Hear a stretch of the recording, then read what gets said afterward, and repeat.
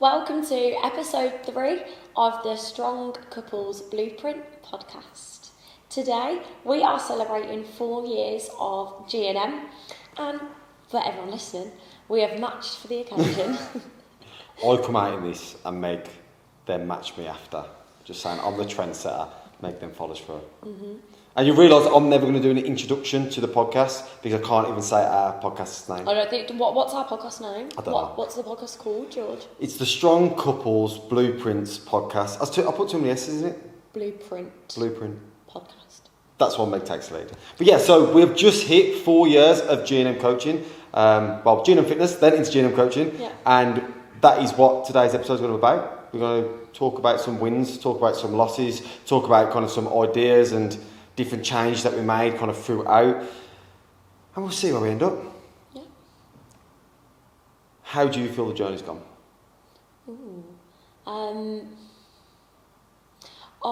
How I feel the journey's gone is that it's been very up and down. Yeah.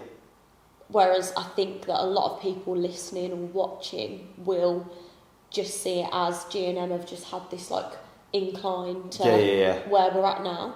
But actually, obviously, like through social media and things like that, we're never ever going to come on social media. And I don't think it's necessarily a negative, because I wouldn't want to be sharing all of the bad stuff, because I don't think that's really productive to go into that loads. Yeah.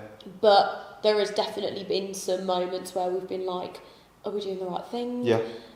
Was that the right decision to make for the business? Because I think, for me, I think the journey very much now feels that I'm not an online coach, or I'm not just an online coach. Yeah.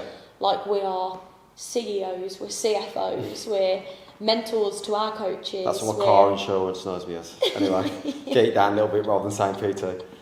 Director of the business.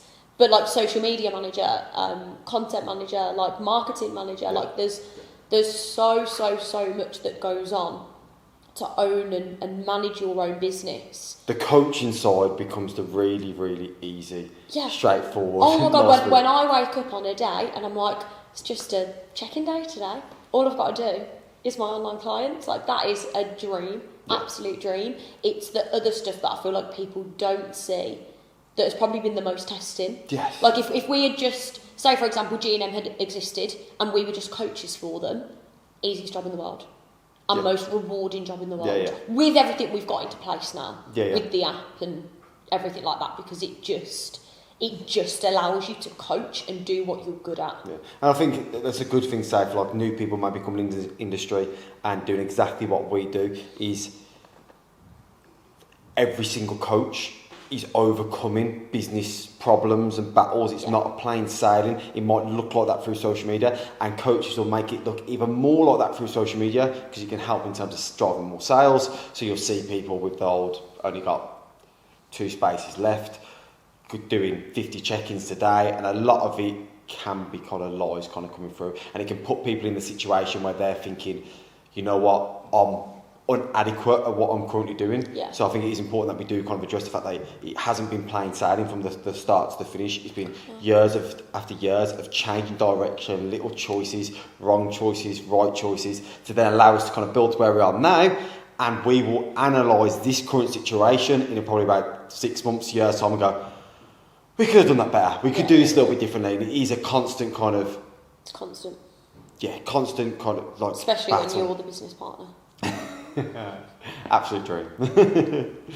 No, but it's that reason that we've got to where we are, because if you did just sail through and go, well, if it isn't broke, don't fix it, we would still be on 50 clients. Yeah, and we'd still be having the first ever spreadsheet we ever made.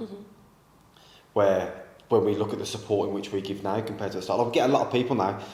Obviously, since the launch of the app, and alongside that, a lot of other stuff has changed, and we've got a lot of more kind of knowledge on the education side of stuff as well.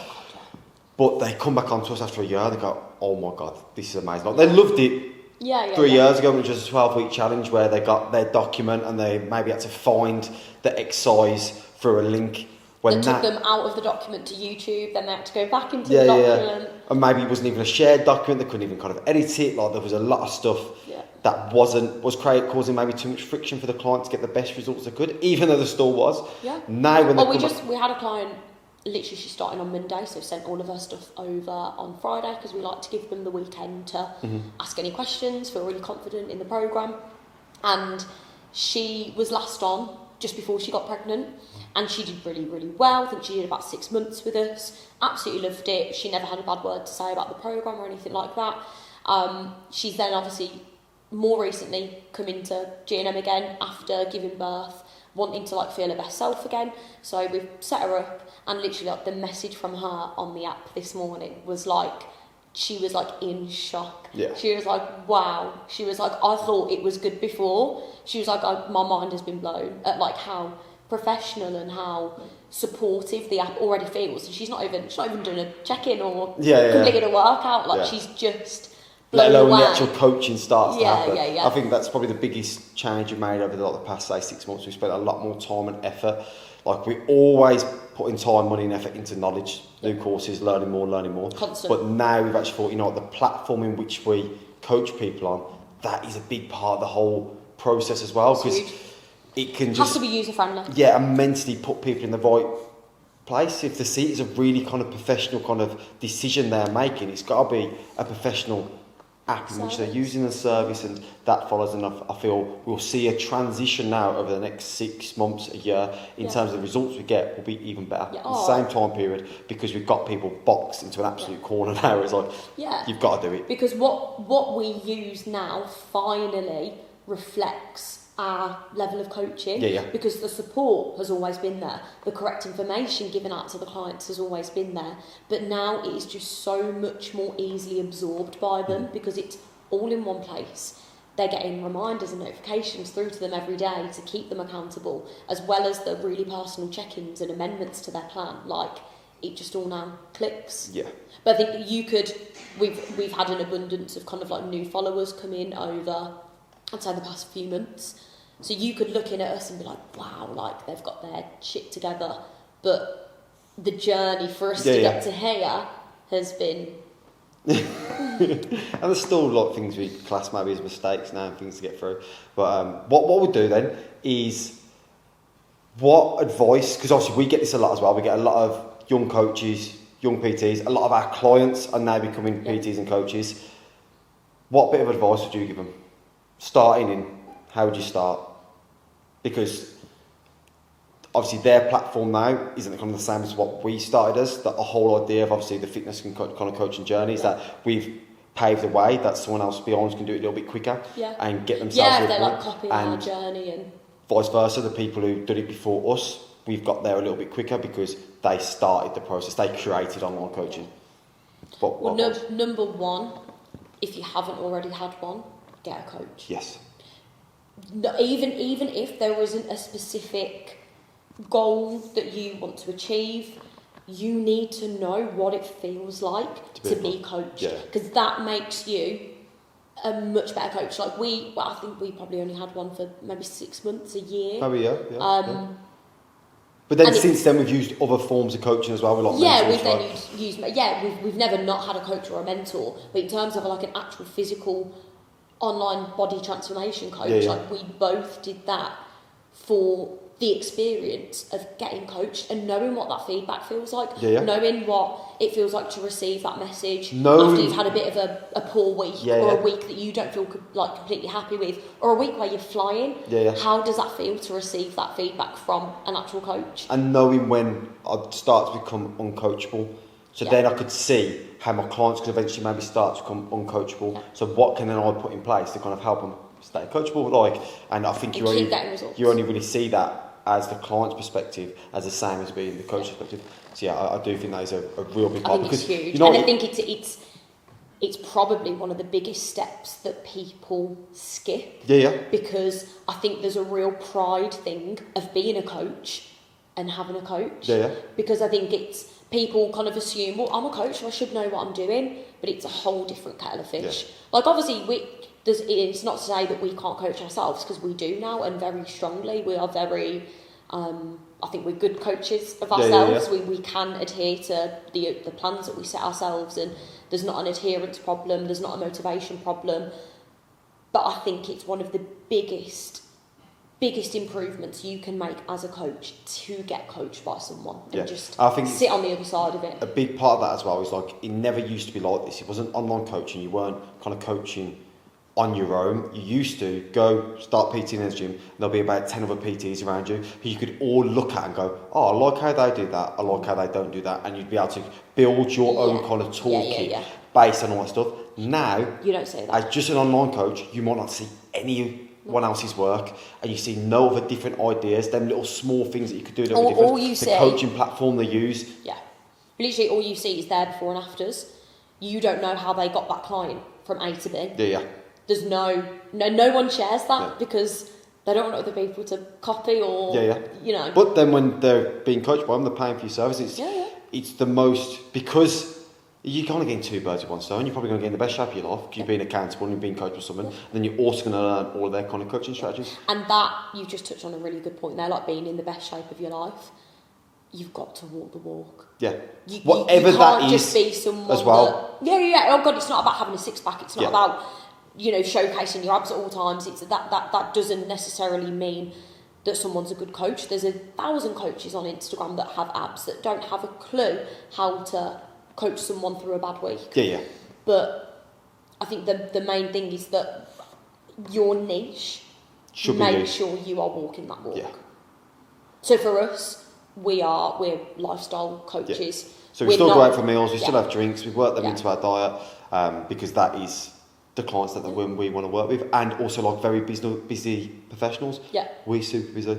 Like we work in long days. I can't remember the last time we didn't wake up in the morning at 7 a.m. to start working at 7 and not finish work before 9 p.m. every single day. Because we do that, we can then coach people around them sort of busy lives, getting some like hacks in place to be able to balance their schedule a lot better. Yeah. Does work really well. So then also when picking a coach, are we picking a coach that is in your industry? Yeah. What you want to go into? I wouldn't just be picking a bodybuilder coach. Yeah. If I don't want to become a bodybuilding coach. If you do, pick a bodybuilder, literally. And the other one, obviously, the second tip, obviously, get yourself into really good shape. Third one would be knowledge. Yeah. If you're falling into the category, because obviously social media is a big kind of aspect of it all, and you're not quite sure what you should be posting on social media, if you're doing course after course, you'll always have some idea because you just learned something like, I can go and tell them that now. And I think knowledge is a big part of being able to kind of get your name out there a lot more.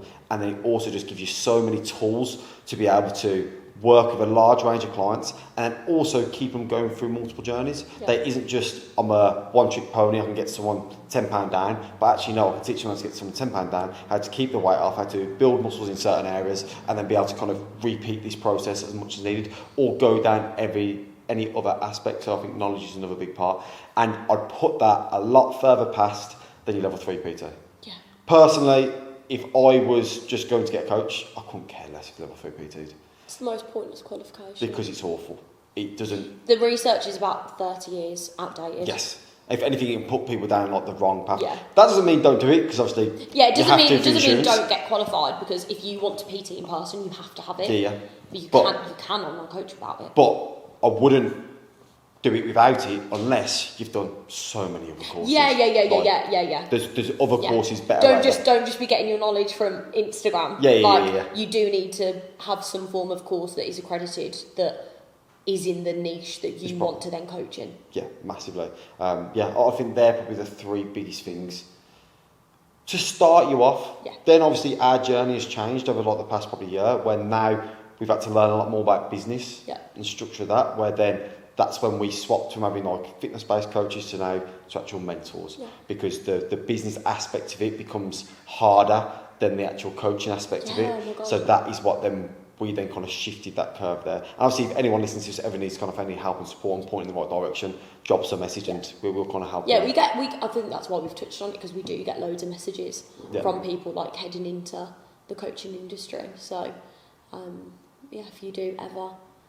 want to know, just reach out. Please reach out. But back on to the G&M Turning 4. I was going to ask you, over the 4 years, because it was your idea to form G&M. We were at our jobs at David Lloyd. I can't remember whether we were going into work or whether we'd finished or coming out of work. Yeah. I'm not sure. But we're in your Red Polo, and you were like, I think we should join forces. Yeah. So what was the question there? I was going to ask you what for you has been like the lowest point during those 4 years where you've thought, is this doable? That's tough.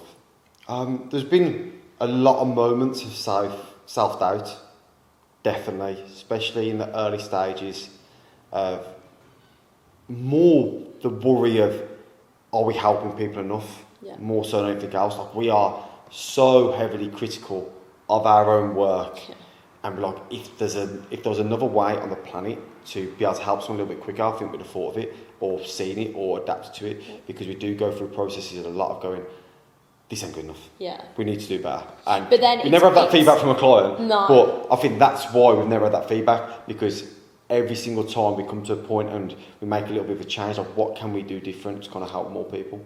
Then I think it's funny because we are so heavily self-critical of ourselves, and say if we're like a couple hours of late replying to a message, I'm like, oh my god, they needed that an hour ago. It's like the biggest stress. Whereas think of that call that you were on yesterday with that lady that was inquiring about coaching, and she's, I think, been with a coach for like 2-3 weeks, and she'd asked this coach loads of questions, and it's not wrong. They just haven't replied. Yeah. And like for me, that's like, if I leave someone an hour too long, it's painful for me. Like, is that kind of massive? It's like that embarrassment. Yeah. Like, I will literally be on the phone like, oh my god, I'm so sorry, and they're like, what are you sorry for? It's been 2 hours. But yeah, I think a lot of the doubt and the bad points haven't really been kind of too bad. In the moment, they seem like the world is kind of crumbling, but they haven't actually been that bad, and a lot of it was just more to do with time of the year rather than anything else. And obviously the fitness industry has peaks and troughs, and to be able to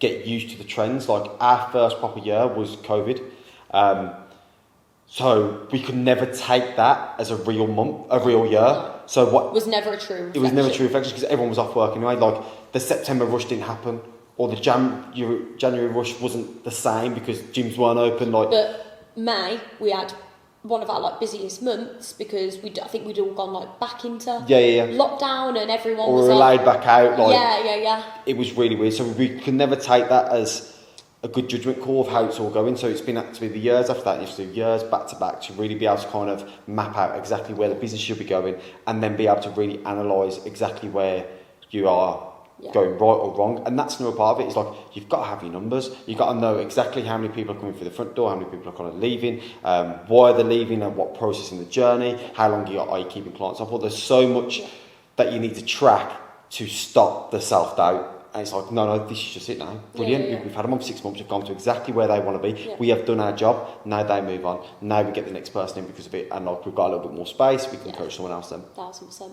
So yeah, I don't think there was a specific low point. Well, I can't think of off the top of my head anyway. But it's more just been self-doubt is probably the biggest thing that we've had to kind of overcome.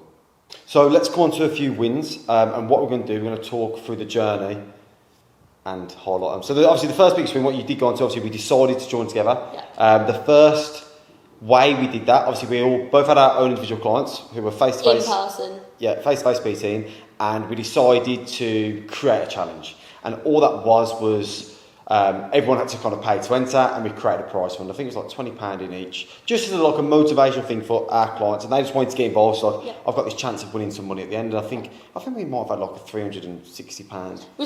But we took nothing from it. Yeah, it was literally just we held on to the prize fund, and we gave. I think it was like a 10-week challenge, and we went through that and got some feedback from people.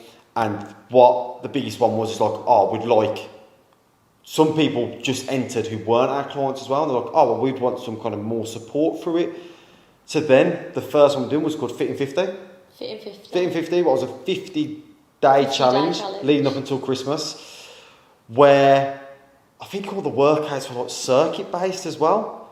I remember, obviously, we went to Orlando on holiday, and we spent the whole of Orlando in a gym there, filming a complete exercise library to be able to launch this program whilst on holiday, because that's when it had started.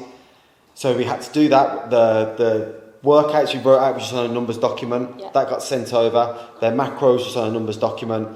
And that's then how again we've done that. What we had, I think we had probably about 30 people on it. Yeah, there was around there was quite a few people on there, to be fair. And that was the first one, 50 days, and that was the first time we'd done the old prize fund at the end. Yeah, judge the winner, and really go for it. And then from there, that was the beginning. And then the next win was probably after that. Then when we actually kind of like branded ourselves, then wasn't it? Because that's when we did get a logo made. Yeah. We attempted to move to Dubai. Yes, we did. That failed. So we went to go to move to Dubai, and that was the reason why we set up the stuff online, because we wanted to be able to keep helping some of the clients that we had. We then rebranded ourselves the start of 2020. March. And we launched our first, then proper official challenge. Yeah. What was it, 12-week transformation challenge, where we finally made this whole kind of exercise library, what we did kind of from kind of Orlando, and was able to kind of put that out to kind of everyone, and we started that online coaching. And I remember that being such a huge win, because it was the very first time that we got people inquiring, and I didn't recognise their names. Yeah, didn't know them. Or it was, someone, obviously there was someone that had recommended or referred, but I just remember being like, oh my God. What's this? Yeah, I don't know this person's name, who's that? Yeah. They found us. They want to get coached by us, like, it was huge. Crazy, especially when we'd always just been in like the gym bubble of they had to be a member of that gym. Now suddenly people just find us on social media going, I want to be kind of coached by you. Yeah. So that was the first proper, that was the second big win then. It's crazy, because then you make that comparison now. We don't know anyone that comes on board with us. No. We do not know. We probably don't know 90%. Or not known to the extent we did when we first done that, say, Fit in 50. Fit in 50 was all friends. All friends. Jumped on board with us. Literally all friends, or someone I'd been to school with, or... Yeah. So and then from there, obviously, we went to make the move to Dubai. That fell through because of COVID. And then we come back. What would you say was the next big win then? From forming. I think then it was a year of building and changing and making the product the best we could. It was a year of graft. Of learning what clients needed and how we could do the coaching service better. Yeah.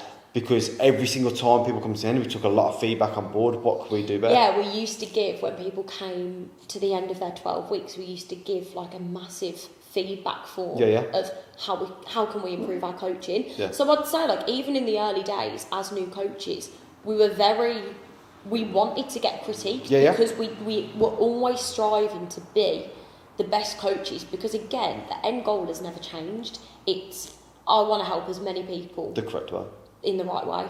So we were always looking for that. How do you think you could have been helped more? So then we took a lot of that feedback, and then probably that next year, obviously that was a lot of in and out of lockdown, was about, okay, let's actually work with loads of people here. Like, we took on hundreds of people, and it was about, let's see how everyone kind of responds. Let's keep pushing our knowledge out there. We took on a coach ourselves. We dived into some very, very advanced courses, but then really excelled our whole kind of coaching platform. And it went all the way around then to the point where the next probably big win was then taking over coaches. Well, we rebranded first. I forgot that. So we went from G&M Fitness to G&M coaching. G&M coaching. Because we didn't want it just to be about fitness. It was wrong. It was wrong that it was called that. It wasn't. We were coaching multiple people for multiple different goals, and it was a lot more than just fitness. Gotcha. So then we rebranded as that, and then carried on the process. That probably come alongside of the advancement in knowledge and coaching. Rebranded as G&M coaching, and then, am I right by saying that? So then we took on other coaches. It was another big point in our journey. Because suddenly, I think the biggest thing was we couldn't mess up. It was a complete game change then. It wasn't just that. Now that we have two people relying on us. It's like, unless we put things really in place that someone else can just kind of take on board and kind of push with, or if we don't put enough effort into the funnel side stuff of getting enough kind of clients in for everyone, it's other people are going to lose out. It's not just about us. And I think with everything, you work a lot harder for someone else than you do yourself sometimes. The best thing we ever did was take on 2 more coaches, because it made us become unstoppable. Not that we did. We're not, by nature, we're not very lazy people. But if we ever did have a bit of an off day, I think we were a lot more inclined to go, it's okay, we've done 6 really hard days this week, let's leave that certain day, we'll just chill until Monday. Whereas now, We joke about it, the fact we don't work, but literally the brain doesn't stop from the second we wake up to going to sleep. And we've accepted that now. It's hard. There have been times where I think we've been like, we really need to switch off. We really need to switch off. It's not healthy. And that made it more stressful. Made it stressful by trying to switch off. So actually, no, I love what I do. You're trying to force yourself to relax when actually you just want to go and write a programme, or you just want to go and dive into a book that you've been meaning to read for ages. Yeah, and the book I'd read would be the 4-hour work week, and I'll be trying to pull back even more when it just wasn't the situation for our business and our work, because we love the work. Yeah. We love being a part of it. So I love learning. I absolutely love. Like, the best thing we have done this year is taken on a business mentor, because I have been thrown out of my comfort zone by a mile. Yeah. But I didn't know anything about business. Yeah. I was a PT. I was a dancer before that. I had no idea how to run a business. So that was probably the final win there. So it was we'd done two things at the same time. We took on a business mentor and we took released the app. And that's literally what we learned. Yeah.